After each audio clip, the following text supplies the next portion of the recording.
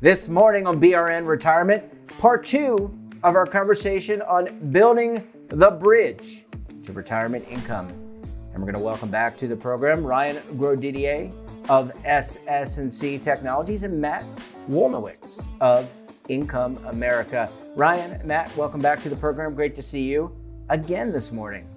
Thank you, Jeff. Yeah, always pleasure to pick up the conversation. Matt, you know, we left off our conversation. It was a great segue and teaser. I felt like we're like Yellowstone. We're like teasing the next episode or whatever people watch, Friends. And, we talked about due diligence. But I want to start out by asking, how can retirement plan advisors, they're always looking to bring more value. How can they bring more value through the due diligence of retirement income to their clients? Well, Jeff, the retirement income is the hottest topic out on the conference circuit. Every conference that I go to, there's multiple sessions. And so, Ryan spoke yesterday about our need and ability to go out and educate. So not only do we need to educate the retirement plan consultant community, we also need to do a better job of communicating with both the plan sponsors and the end participants, because again, the retirement plan consultant is held to a fiduciary standard, and everything that they do has to be in the participants' best interests. And so if I think back to where we ended yesterday, it was really about this idea that, one of the first milestones that the consultant needs to decide is the solution going to be in plan or out of plan? Yeah. If they make a determination that it's going to be in plan, there's some great resources that are available at no charge out in the marketplace. NAPA has, with Bonnie Trikel, they've launched a program called the Retirement Income Certificate, or the RIC program. Advisors can attend that for no charge. It's done online. It's also done at the NAPA Summit. And then John Faustino at Broadridge has created the Retirement Income Consortium. And every month, they have at least one webinar in addition to creating a prudent process for how to look at and think about the space. But really, once a decision's made as to whether it's in plan or out of plan, there's some very simple factors to consider. The first is it simple?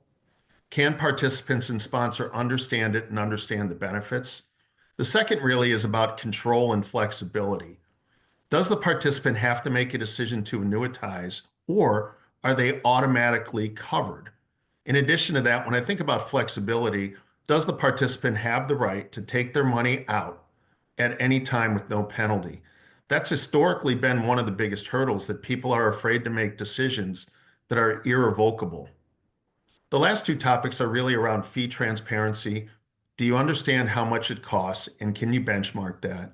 And then the final one relates to something that Ryan was talking about, which is this interconnectivity, or the idea of portability. Because if a participant has been paying for a guarantee and yet they switch employers, are they able to take that guarantee with them? With the Secure Act, they can always roll it out into an IRA, but we all know that from a participant level, to have 5 or 6 different IRAs, that's not a great experience. So can they take that guarantee and bring it to the new plan? Those are really 4 basic things to look at, Jeff, when consultants and advisors are thinking about how to perform due diligence. Yeah. And again, it's that bridge we're talking about this morning and talked about yesterday. And there sounds like there seems to be a roadmap. Ryan, I want to pick up on something that Matt talked about yesterday, but kind of bring it forward. And that is auto. We talked about the powerfulness, the power, I should say, of auto enrollment, auto escalation.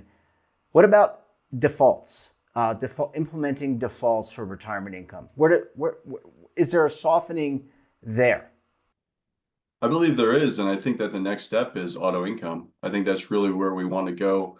We've been successful with 401ks in DC as a supplemental savings plan, but the need is there to really transition that into a retirement income plan.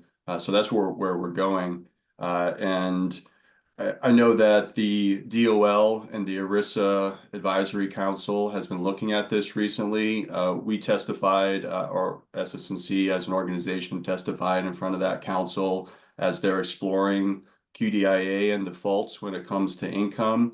I think that there's support, obviously, across the industry. It's how assets flow today. and it's how assets are going to continue to flow. So if you're going to get the adoption that all of these firms are looking for to justify the technology implementation that's going to be required to offer the solutions, you're going to need to get to some form of default through a QDIA and a target date fund or a managed account. There's a lot of different ways that a plan can offer these solutions to really put those guardrails and put those nudges in place to get participants the solutions that they need to secure their retirement. Hey, Yeah, Jeff, do you yeah, go mind if ahead, I Matt. make a quick comment on that? Because Of Ryan course. brings up a really interesting point, and it ties into the due diligence question. You know, it's been 4 years that I've been out on the speaking circuit doing somewhere around 70 in-person sessions a year.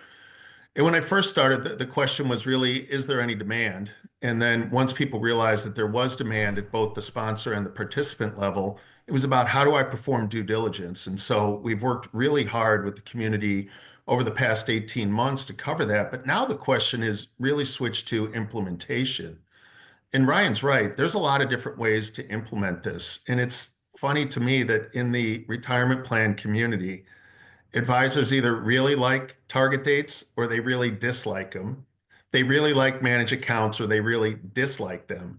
But you can implement guaranteed income solutions in both forms, in target dates and in managed accounts. Or one of the things that we have seen really gain a lot of traction recently is the idea of a dynamic QDIA, where a participant in the accumulation phase, it doesn't make sense for them to pay the extra cost for a guarantee. So they sit in a target date until they get to an age appropriate point in their life, which is typically somewhere between 50 and 55. At that time, they switch into a managed account that better accounts for all the life events that they have and pick up some guaranteed income at that time. So it's been interesting for me to see that conversation change from demand to due diligence and now on to implementation.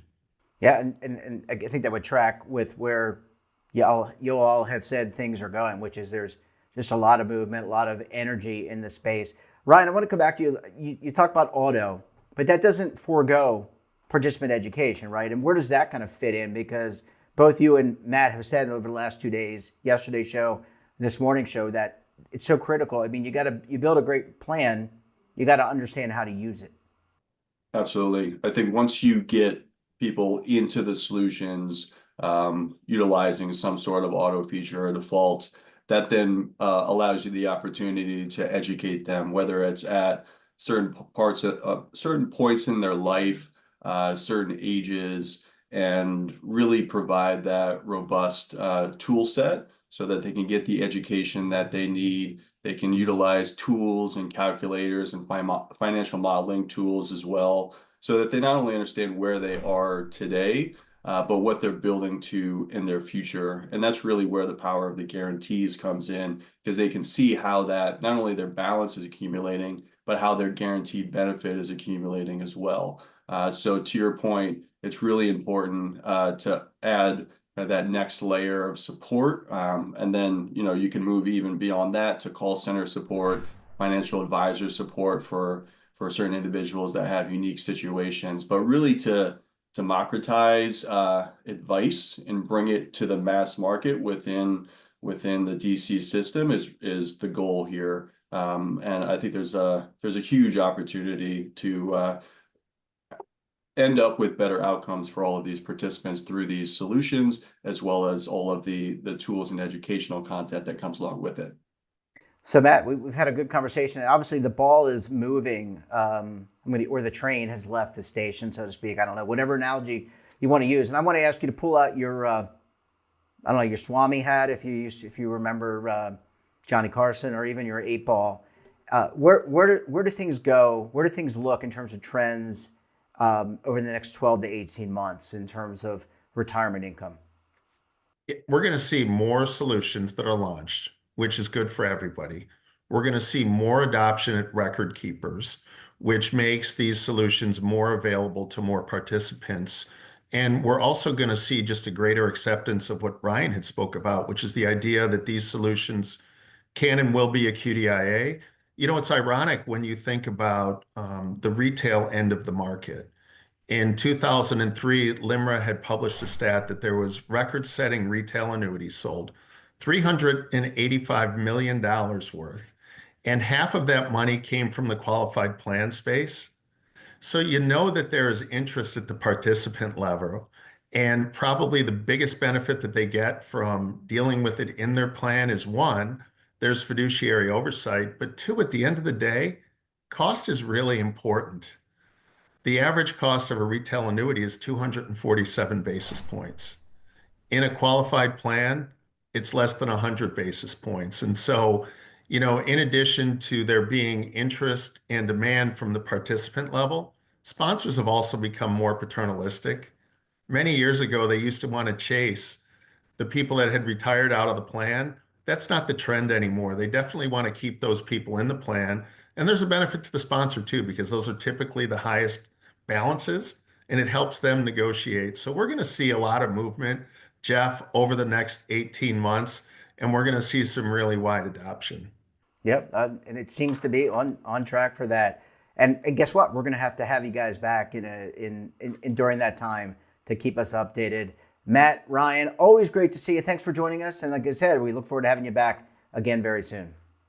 Thanks, Jeff. Thank you, Jeff. Look forward to it. And don't forget to subscribe to our daily newsletter, The Morning Pulse, for all the news in one place. Details, of course, at our website. And we're back again tomorrow for another edition of BRN. Until then, I'm Jeff Snyder. Stay safe, keep on saving. And don't forget, roll with the changes.